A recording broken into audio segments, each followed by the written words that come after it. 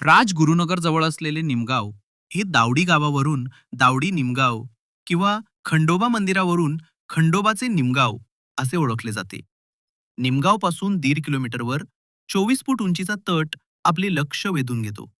मंदिर छोट्या टेकडीवर आहे. आत गेल्यावर उजव्या हाताला 2 दगडी घोडे आणि एक तुळशी वृंदावन आहे.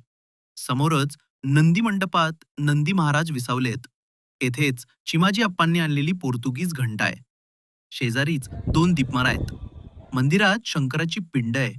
गर्भगृहाच्या मागे प्रदक्षिणा मार्गावर एका कोनाड्यात म्हाळसाबाई शिळा आणि महिषासूर मर्दिनी भवानीची दगडात कोरलेली मूर्ती आहे. मंदिराचे पुनर्निर्माण 1738 मध्ये गंगाधर यशवंत आणि बाजी गंगाधर चंद्रचूड यांनी केले. मंदिराच्या कोटाचे काम 1769 मध्ये बडोद्याचे मल्हारराव गायकवाड यांनी केले. येथे पेशवाईतील या भागाचे वतनदार चंद्रचूड यांचा गडीवजा वाडा आहे.